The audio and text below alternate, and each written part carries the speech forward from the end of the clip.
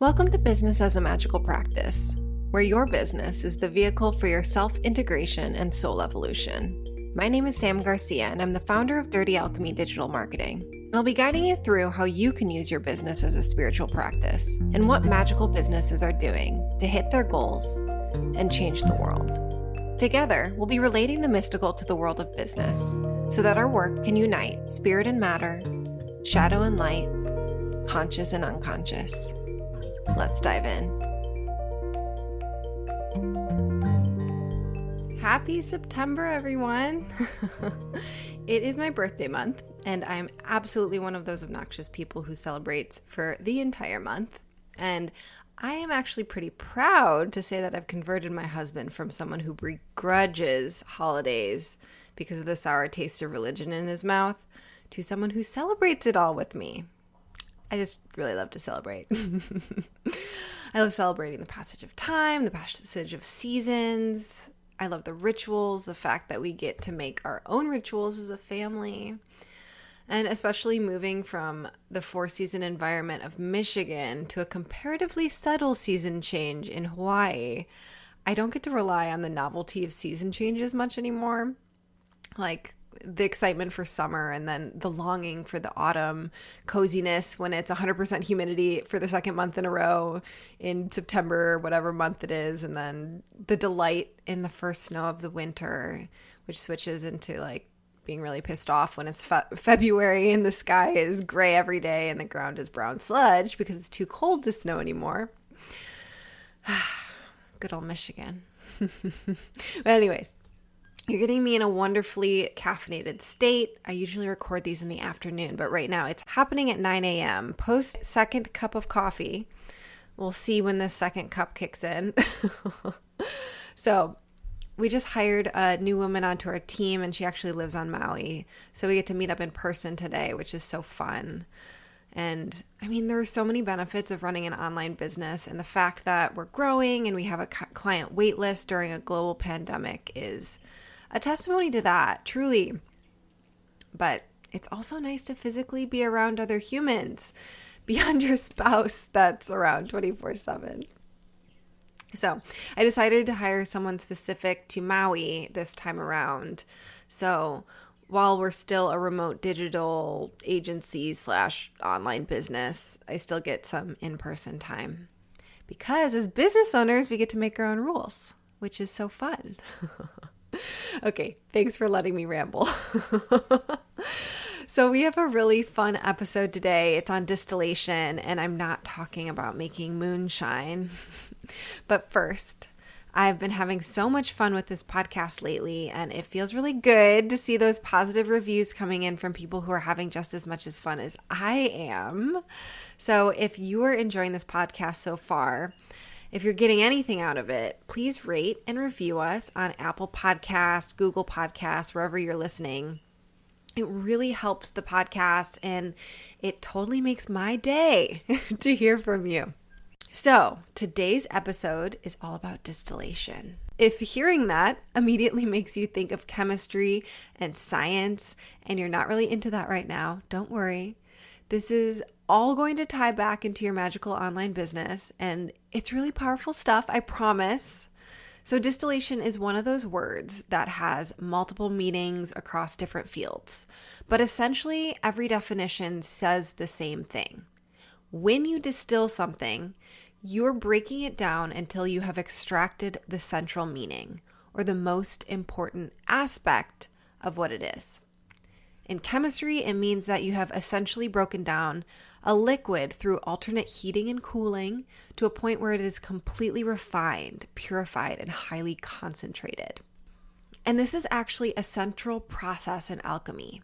Whether you're talking about literal metallic alchemy or you're talking about spiritual alchemy, alchemy of the self, the fundamental processes of alchemy are distillation and coagulation, purifying a substance, and then when it's in that highly concentrated and potent, refined state, joining it with another substance to create your desired end result.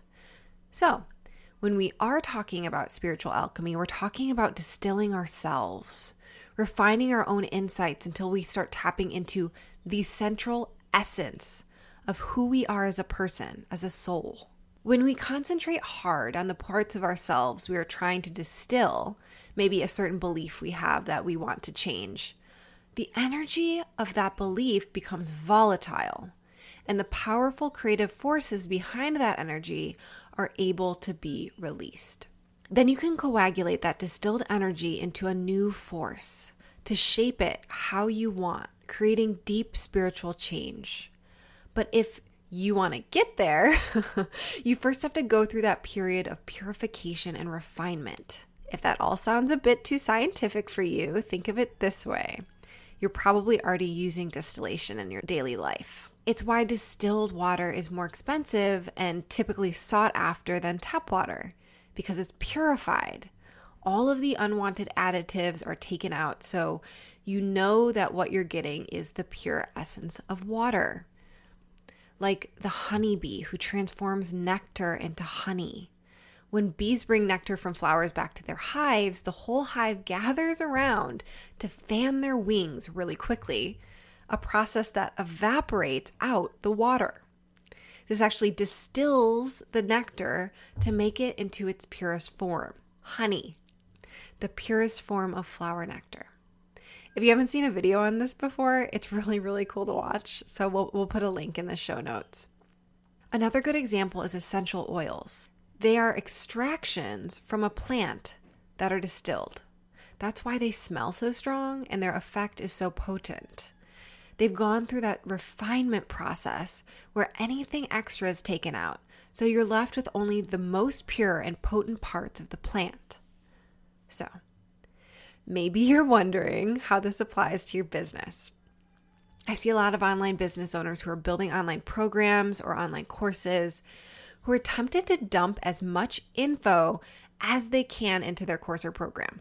Maybe it's to overcome their own fear that their program isn't good enough or that they themselves aren't good enough. Maybe it's because they have residual money blocks they need to work on before they feel like they really deserve to be paid for their program. But whatever the reason, they keep giving more because they think it'll make the program better, more valuable. But more can actually be detrimental to an online program. And hear me out if that seems counterintuitive. More means more. That's it. As an online business, more content does not mean better content. More lessons are not better. More videos don't make your programs more valuable. More elements don't make them more effective. As the expert, the business owner, the teacher, the coach, it is your job to distill your brilliance into a minimum effective dose, or into the exact process to produce the results your clients and students want. And this need to keep adding more might actually be laziness. It might stem from an unwillingness to sit down and put your brain into high gear and think about what is truly effective. This may be a self-worth issue, like I mentioned before, that I'm not good enough message that makes you think you have to keep giving. And what ends up happening if you add too much is that your audience becomes lost in all of the different messages. They lose track of the goals they set for themselves at the beginning of the program in their scramble to do everything. Because if your program really is as incredible and transformative as you think it is, your audience doesn't need more to have it change their lives. They just need a super potent, refined version of your powerful teachings. If you just keep adding and adding and adding without distillation, without refinement, without separating the truly useful from the fluff, you're not being of service to your customers, clients, and audience. Worse, you're going to waste your students' time because they're going to end up spending a lot of time and energy figuring out what to focus on instead of having a clear path forward toward their desired end result. The whole reason they're in your program. Instead of focusing on your brilliant idea or teachings, they're going to feel confused and anxious that they aren't doing enough, which is definitely not what you want. So the key ingredient to a super successful program is to have your customers go through a massive transformation. Did you get that? The key ingredient to a super successful program is to have your customers go through a massive transformation. That is what your audience is paying for. Your audience isn't paying for the specific offerings in your program. They're paying for that transformation. So you don't need to give them half a dozen half-assed ways to get there. You just need to give them one really powerful way, and if it massively transforms their lives, then they're going to love you. If you want your online programs to be successful, it has to be about more than just what you create for it, what you add to it. Because you can add 100 new elements to your program, and that doesn't mean your customers will have a deeper transformation. It just means they will need to commit more time and energy to it. And for a lot of people, that means they'll just decide they aren't able to fully commit and they'll drop out and ask for a refund. So the most important thing to remember is that your clients want one thing, a life-changing transformation fast. So to make your impact as powerful as possible, you have to do what you can to help people get results ASAP. The better results they get, and the faster they get them, the more likely they'll be to continue on with you, to go deeper with you, to totally fall in love with you and your business, and to recommend your program to their friends. But if they're inundated with too much information and too many assignments to stick to, you're going to lose them. They won't recommend your program to other people. They won't share about it on social media. They won't give you testimonials. They won't become your cheerleaders. And a big barrier to all of this is them not finishing your program, them not going through it at all. If your customers are overwhelmed by the amount of material and they do not see the rhyme or reason and they do not get early results, then you are most likely going to lose them. Even if they stick with your program, they might not fully engage with your central teachings in a powerful, transformative way because they're too busy trying to get everything in. So get used to taking time to distill. Start by taking a time block that you usually reserve for brainstorming new content or creating new ideas in your program, and use that time instead to distill the brilliant idea you already have, the idea your program is based on. Think through it, meditate on it. Imagine your brilliant idea going through those chemical processes of purification and refinement. It might help to visualize your idea as a liquid whose essence is slowly dripping through a filtration system. As you're working to distill your ideas, ask yourself, is there any fluff you're keeping in your course or program because you're falling into the more is better trap? Is there anything that doesn't directly relate to that minimum effective dose that might be a distraction from what's really important? You can also practice training your brain to distill information. This means turning off all the inputs, television, music, even pausing this podcast for a moment while you think, and just sitting with an idea.